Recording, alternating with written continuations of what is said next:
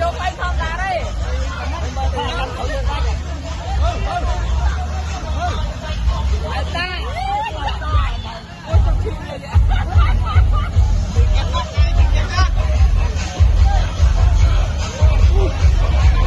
vài chai phải hỗ trợ nhẹ nữa anh có ai vừa pin là ơi chai pin ai chai anh pin lên pin ngon nè đi thôi thử pin ngon nè anh chai pin ai bui tao nhom pin bui nhom pin lần pin ngon nè nhom pin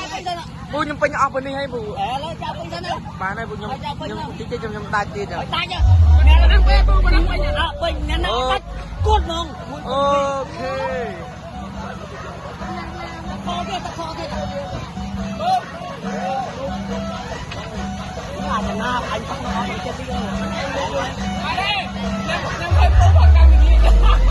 trời